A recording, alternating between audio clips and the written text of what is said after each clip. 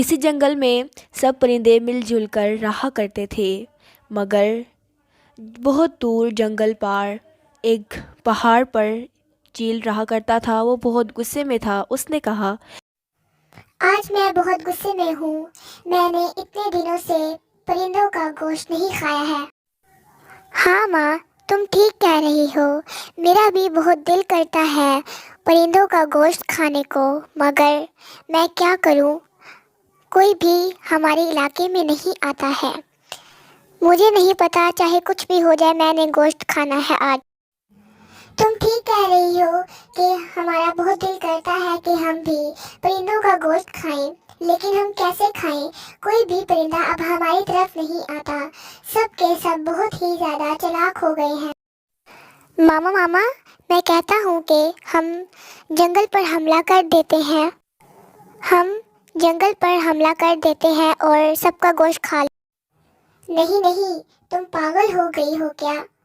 پچھلی دفعہ تمہارے پاپا نے بھی یہی غلطی کی تھی کہ وہ جنگل میں گئے تھے اور حملہ کرنے کے لیے، اس وجہ سے انہوں نے اپنی موت سے ہاتھ دھو بیٹھے، لیکن ہم یہ غلطی نہیں کریں گے۔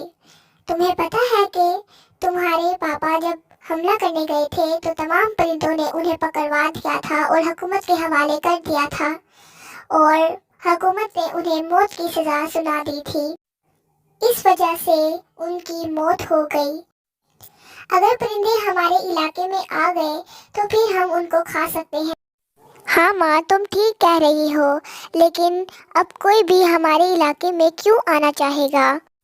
سب کو پتا ہے کہ یہ ہمارا علاقہ ہے، یہ چیلوں کا علاقہ ہے، کوئی بھی نہیں آئے گا۔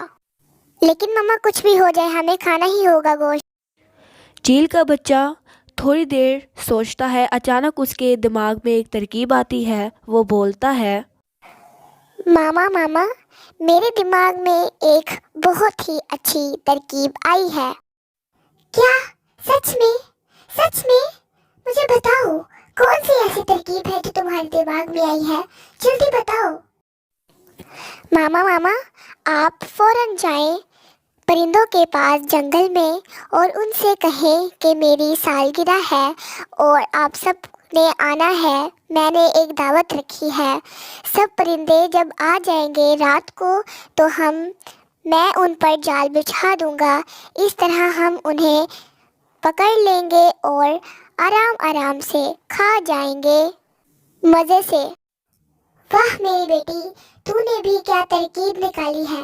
اپنی ماں کے ساتھ رہ کے تو کتنی چالاک ہو گئی ہے۔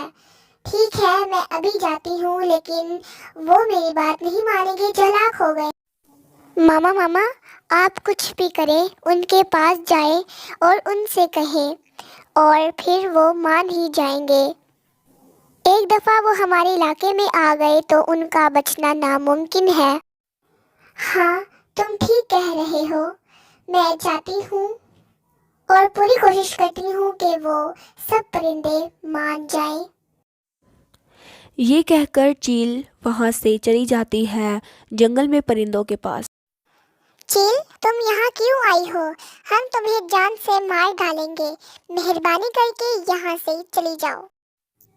ارے نہیں، مجھے مارو مت، میں تو تم لوگوں سے دوستی کا ہاتھ بڑھانے آئی تھی۔ میں نے ہمیشہ تم لوگوں سے دشمنی رکھی ہے، لیکن اب میں دوستی کرنا چاہتی ہوں۔ میری بیٹی کی کل سالگرہ ہے، تو مہربانی کر کے تم سب اس دعوت میں آنا۔ چیل، تم ہماری سب سے بڑی دشمن ہو، ہم تمہاری کسی بھی دعوت میں نہیں آئیں گے، چاہے تم کچھ بھی کر لو، ہمیں تمہاری ساری چالوں کا پتہ ہے، یہاں سے چلی جاؤ۔ تبھی وہاں چیل کی بیٹی آتی ہے اور اس سے کہتی ہے، ارے آپ ہمیں ایسے تو نہ کہیں، ہم آپ سے دوستی کا ہاتھ بڑھانے آئے ہیں۔ میری ماما کی سب چیلوں سے لڑائی ہو گئی ہے، اس وجہ سے ہمارے علاقے میں کوئی چیل اب نہیں رہتی ہے۔ مہربانی کر کے آپ ہمارے سالگرہ میں آئیں، اب ہمارا کوئی دوست نہیں ہے، ہم سب سے دشمنی کر کے بیٹھے ہیں۔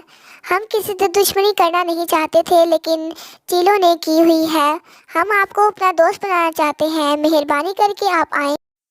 تبھی وہاں ایک چڑیا آتی ہے اور کہتی ہے، ارے پرندوں،